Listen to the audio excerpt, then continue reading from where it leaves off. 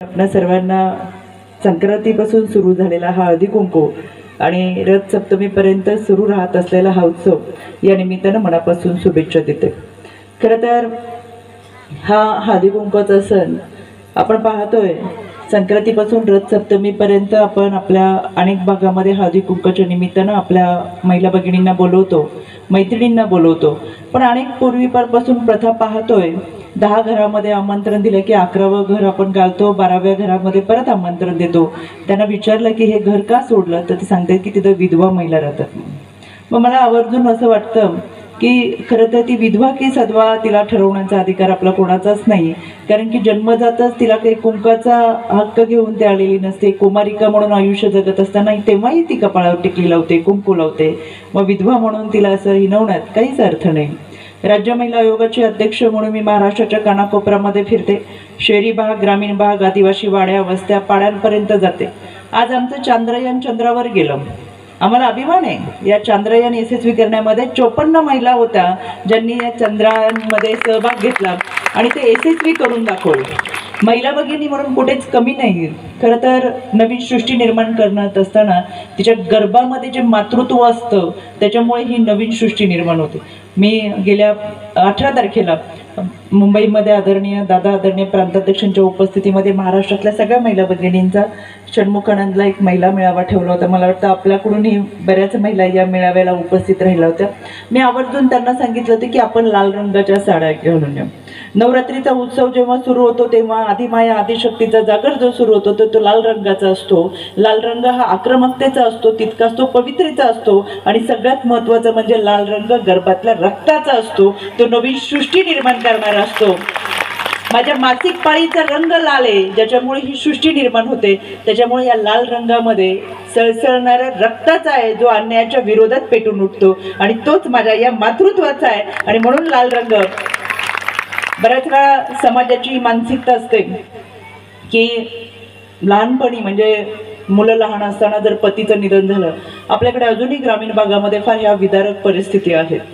आणि मी जेव्हा जेव्हा ग्रामीण भागा, माझ्याकडे माझा मतदारसंघामध्ये काही थोडा ग्रामीण भाग आहे, बाकी शहरी भाग आहे, जरी मी पुण्यात असले तरी तर ग्रामीण भागामध्ये ज्यावेळेस अंत्यविधी सुरू असतो, खरं तर सगळं सर्वस्व म्हणून ज्याच्याकडे ही महिला भगिनी माहेर सोडून सासरी येते आणि त्याच्या आधारावरती जगते, त्याच्या नावापुढे नाव लावते, स्वतःचं नाव बदलून कधी कधी नावरस नावासाठी पत्रिका जुळत नसेल तर तेही नाव बदलतो। वडिलांच्या जागी नवऱ्याचं नाव लागतं, सासरचं नाव बदलून आपलं माहेरचं नाव बदलून सासरचं नाव लागतं। म्हणजे ही नकनिशांत मुलगी बदलून सासरी येते, क्षणात सगळ्यांना आपलंसं करते। सगळे अनोळखी लोक असतात, त्या सगळ्यांना आपलंसं करते, त्यांच्यामध्ये राहते। प्रत्येक माणूस आपलं व्हावं म्हणून प्रयत्न करत असते। पण निसर्गाने एखादा आघात झाला, दुर्दैवाने काही घटना घडली, पतीचं निधन झालं तर तिच्यावर दुःखाचा डोंगर कोसळतो। लहान लेकराबरोबर असतात, आजूबाजूला अंधार असतो, काय होणार याची कल्पना तिला नसते, पुढे आयुष्य कसं जगायचं याची फार मोठी भ्रांत असते।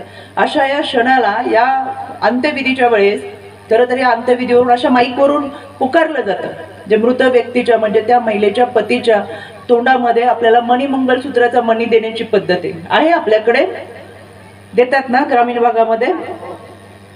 आणि त्याच्यासाठी त्या माऊलीचं मंगलसूत्र तोडलं जातं। तिला समजत नाही काय चाललंय, कारण तिला माहिती नसतं काय झालंय, तिच्या मानसिक एवढा मोठा आघात झालेला असतो।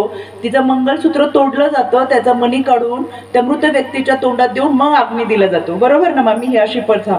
तर याच्यामध्ये तिच्या कपाळाचं कुंकू पुसण्यासाठी अतिशय विदारक पद्धत असतात। त्याच्यामध्ये 5 सौभाग्यवती बोलवल्या जातात आणि त्या 5 सौभाग्यवती आधी हळदी कुंकू लावतात आणि 5वी सौभाग्यवती तिच्या कपाळाचं कुंकू पुसते का कायमचं तिने कधी कुंकू लावू नये म्हणून।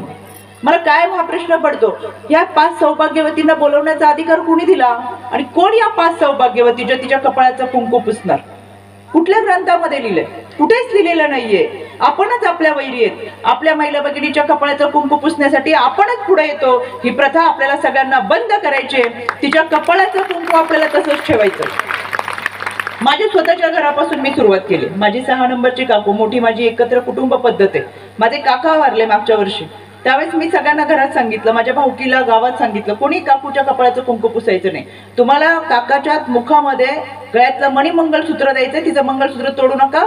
तुळशीचं पान सुद्धा तितकंच पवित्र आहे, ते तुळशीचं पान तोंडात द्या आणि अग्नी द्या, आहे तशीच काकू राहिला पाहिजे। या मला समाधान वाटतं आज तिला पाहताना. तिच्या कपाळाचं कुंकू पुसलं नाही, गळ्यातलं मंगळसूत्र काढलं नाही, बांगड्या काढलं नाही, जोडवी काढली नाही. आज आहे तशीच आहे ती. पतीचं निधन झाल्यानंतर त्या माऊलीला आयुष्यभराच्या खस्ता खावे लागतात.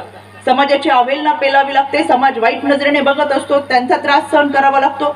लेकरांना वाढवायचे असतात म्हणून काबाड कष्ट करायचे असतात आणि हे सगळं करत असताना तिला अनंत यातनांना, वेदनांना सामोरं जावं लागतं. स्वतःच्या भावना बाजूला ठेवून या समाजाची ती संघर्ष करत असते, लढत असते. त्यात तिच्याकडे समाज विधवा म्हणून पाहतो. मुळातच विधवा हा शब्द चुकीचा आहे. मी राज्य महिला आयोगाचे अध्यक्ष नात्याने महाराष्ट्र शासनाला मी शिफारस केली आहे वैशालीताई, आणि सांगितलंय शासकीय यंत्रणेतून विधवा हा शब्द काढा आणि तिला पूर्णांगिनी म्हणा, कारण ती पूर्ण ताकदीने हा संघर्ष पेलत असते. या समाजाची मानसिकता बदलण्यासाठी आपण पुढे आलो पाहिजे आणि म्हणून ग्रामपंचायतीच्या ह्या प्रथा बंद व्हाव्यात. वैशालीताई, आपण आता सांगितलं, पण गेल्या 2 वर्षापासून मी पाठपुरावा करते. आतापर्यंत राज्य महिला आयोगाच्या वतीनं मी सर्व कलेक्टरांना पत्र पाठवून प्रत्येक ग्रामसभेमध्ये बालविवाहाच्या विरोधातला आणि विधवा प्रथाच्या विरोधातला ठराव करा म्हणून सूचना दिलेल्या आहेत. माझ्या स्वतःच्या खडकवासला मतदारसंघामध्ये 29 ग्रामपंचायती आहेत. माझ्या 29च्या 29 ग्रामपंचायती विधवा प्रथा मुक्त आहे. एकाही महिलेच्या कपाळाचं कुंकू पुसलं जात नाही आणि मला आतापर्यंत महाराष्ट्रातून 5,500 ग्रामपंचायतीने निवेदन दिलेले आहेत की आम्ही विधवा प्रथाचा ठराव मंजूर केलेला आहे. मला सांगायला आणि मनापासून आज आनंद होतोय साधनाताई, मी या गावामध्ये येण्याचं कारण की मी हळदी कुंकाला त्याच ठिकाणी जाते जिथं माझ्या या महिला भगिनींचा सन्मान होतो. त्यांनी मला कुंकू लावावं, मी त्यांना कुंकू लावावं. त्याच ग्रामपंचायत 200 लोकांची असेल तरी चालेल. माझ्या विधवा महिला भगिनींचा सन्मान होत असेल तर मी तिथपर्यंत